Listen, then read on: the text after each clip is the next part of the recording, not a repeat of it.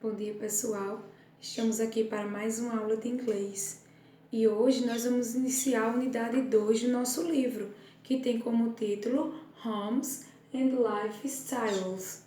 Olhando esse título, observando esse título e observando a imagem que traz o livro de vocês, certo? Nós vamos tirar conclusões de que vai falar um pouquinho sobre lares e alguns estilos de vida, ou seja, alguns tipos de moradia que existem no nosso convívio, certo? Então, de acordo com esse título e observando a imagem, vocês irão entrevistar um colega de vocês, seja aquele colega de classe ou seja aquele outro colega que não estuda com vocês. Vocês vão entrevistar ele de acordo com as perguntas que estão na página 22, certo? Aqui estão as perguntas. Vocês irão fazer essas perguntas aos colegas de vocês. Essa entrevista pode ser via WhatsApp.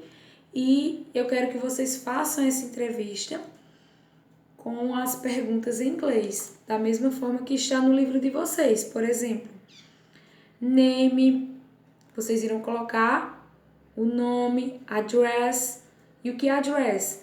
É o endereço, e assim vocês vão responder, vocês vão perguntar aos colegas de vocês todas essas perguntas. Name, address, house or apartment, number of rooms, number of people in your home, time you get up for school e time you get home after school. Então, são perguntas básicas do nosso dia a dia e que vai estar falando um pouquinho do pessoal de cada um deles, certo? Já no reading, ainda na página 22, ela vai estar falando um pouquinho different types of homes, certo? Então, o título está dizendo que existem diferentes tipos de lares, certo? Aí eu venho relembrar vocês essa diferença, certo? Entre home e entre house, certo? House é a nossa casa, o local físico, ou seja, a estrutura da nossa casa. E home é o nosso lar, é algo que a gente não pode pegar. Mas aí vocês sempre se perguntam, sempre escutam essa frase, lar doce lar, que é home sweet home. Então, nesse caso do home, o estado emocional, ou seja, aquilo que a gente não pode tocar. Então, essa é a diferença, certo? House, estrutura física, home é o lado emocional, é aquilo que a gente não pode pegar, mas a gente pode sentir, certo? Nesse momento, eu peço que vocês abram o livro na página 22 e 23 e de acordo com o texto que eu vou ler para vocês, Homes Around the World, vocês irão responder a questão 1 e 2 da página 22. Vocês irão escutar a leitura do texto e em seguida vocês fazem também essa leitura do texto, certo? Over half of the world's population lives in large towns or cities. In some cities, like Toronto, Canada, many people live in skyscrapers that are of the 50th floor height. The apartments in these skyscrapers are quite similar. They usually have different rooms and lots of furniture, like sofas, chairs, tables, and bookshelves. However, not all homes around the world are the same. In Papua New Guinea, some people live in 3 houses. Many family members live in the same house, but there are not many rooms and there is not a lot of furniture. People eat and relax together in large common room. Nomads in the Sahara Desert in Africa live in tents. They don't have a lot of furniture. They have colorful rugs and they sit on cushions. They move their tents from one place to another on camels. Some Inuits live in temporary houses too, In Greenland, traditional Inuits sometimes stay in igloos when they are hunting for food in winter. Igloos are small snow houses. They have only one small door and blocks of ice for a bed. What a weird and wonderful place to live. Então esse texto, ele traz um pouquinho sobre os lares de diversas pessoas no mundo inteiro. Ele fala de estruturas de pessoas que vivem em gloss, que são aqueles cubos de gelo que existem lá na Antártida. Ele fala das pessoas que vivem no deserto do Saara. Ele fala das pessoas que vivem em cidades mais centrais, como Toronto, no Canadá. E de acordo com a estrutura dessas casas, mostra também que diversas casas podem ter mais móveis do que outras casas, certo?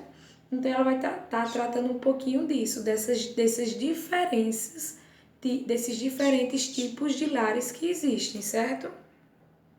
Como eu já havia falado a vocês, vamos falar um pouquinho no vocabulário sobre furniture, certo? Que são os móveis de uma casa. Eu vou estar aqui mostrando para vocês alguns móveis, certo? Que vai estar em algumas casas. Vamos lá? Esse primeiro é a chair, certo? Chair, que como a imagem mostra, vocês estão vendo que é uma cadeira, certo? A próxima é um coffee table. Coffee table. Se formos traduzir, seria uma mesa de café, ou comumente como chamamos aqui no nosso país de centro, mesa de apoio, certo? Outro tipo de estrutura, de objeto que está na nossa casa também é o rug. O rug é o tapete, certo? Temos também o cushion. Cushion são as almofadas. Outro móvel também muito comum nas nossas casas são o desk, traduzindo como escrivaninha, certo? E também o sofá, que é o nosso sofá, certo? Aqui eu trago para vocês somente alguns móveis que estão presentes na nossa casa. Existem diversos outros móveis. Existe a cama, existe o armário, existe o fogão, existem outros diversos móveis. Porém, eu trago para vocês esses que eu mostrei na imagem, porque vocês vão responder na página 23 a questão 1 e 2, certo? A questão 1 vocês vão enumerar a imagem de acordo com o nome do móvel, do furniture. E na questão 2 vocês irão completar esse quadro de acordo com sua casa, certo? Por exemplo, tem um item que está o sofa. O room, ou seja, qual é o cômodo da casa que está esse objeto, esse móvel. No caso é living room, que é na sala de estar. O detalhe 1, o detail 1 e o detail 2, que é o detalhe 1 e o detalhe 2, vão ser as características que vocês vão dar a esse objeto, a esse móvel. Por exemplo, aqui está blush cushions e o detalhe 2, comfortable. Então, ele está dizendo que o sofá dele tem almofadas azuis e é confortável. Esse aí vai ser a critério de cada um, certo? Vai ser de acordo com os móveis da sua casa, certo? Ainda na página 23, vai estar falando ainda o lesson sobre teen bedrooms, ou seja, os quartos dos jovens. Eu vou estar passando para vocês o áudio, certo? Que vai estar lá na questão 1, para responder a questão 1 e a questão 2. Eu passo o áudio para vocês escutam e respondem de acordo com as questões. Por exemplo, na questão 1, vocês vão escutar uma conversação entre dois jovens e marcar os itens que estão no quarto de Marlene. Então, prestem atenção, são dois jovens, mas vocês só vão marcar os itens que estão no quarto de Marlene, certo? E na questão 2, vocês vão escutar novamente e sublinhar as frases que completam as sentenças. Então, é preciso vocês prestarem atenção, escutarem de que se trata o áudio para poder responder essas questões, certo? Falando um pouquinho sobre a gramática dessa lição, nós vamos tratar sobre as prepositions of place, certo? Que são as preposições de lugar. E o que são essas preposições de lugar? Indica a posição que uma pessoa ou um objeto se encontra, certo? Aí eu trago para vocês essa imagem aqui, certo? Nessa imagem aqui, vocês podem observar que esse gato ele está em vários lugares diferentes. Ou seja, a posição dele vai indicar qual preposição de lugar eu vou usar, certo? Por exemplo, se o gato está dentro da caixa, ele está in the box. Se ele está acima da caixa, ele está on the box. Se ele está abaixo da caixa, ele está under the box. Se ele está na frente da caixa, ele está in front of the box. Se ele está por trás da caixa, ele está behind the box. Se ele está próximo, next to. Se ele está acima, ou seja, não em cima, mas acima, above. Se ele está um pouco distante, below. Se ele está entre duas caixas, between. Se ele está à direita, on the left. Se ele está oposto, são opposite. E se ele está à esquerda, on the right. Certo? Então, tá aqui algumas preposições de lugar, certo? Ou seja, ele vai indicar a posição em que algo está. Por exemplo, na sala de aula, por exemplo, Marcos é o primeiro da fila. Então, está indicando o quê? A posição que Marcos está.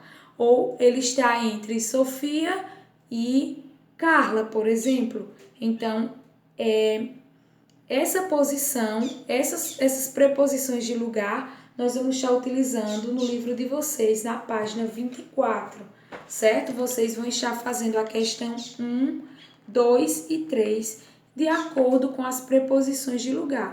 Na imagem eu mostrei para vocês mais preposições. No livro, vocês vão ver somente on, beside, under, behind, in front of e above, certo? Mas vão estar lá todas essas preposições de lugar sendo nomeadas de acordo com as imagens, certo? Então, nossa aula de hoje termina por aqui. E qualquer dúvida que vocês tenham, pode mandar mensagem, certo? Não guardem a dúvida. Manda mensagem que eu vou estar respondendo para vocês e explicando novamente se necessário, certo? E espero também estar recebendo essas atividades de vocês através das fotos, certo? Pelo WhatsApp. Preciso saber como é que anda o aprendizado de vocês, então eu preciso ver como vocês estão se desenvolvendo nessas atividades, certo? Um beijo, qualquer dúvida pode mandar mensagem, certo?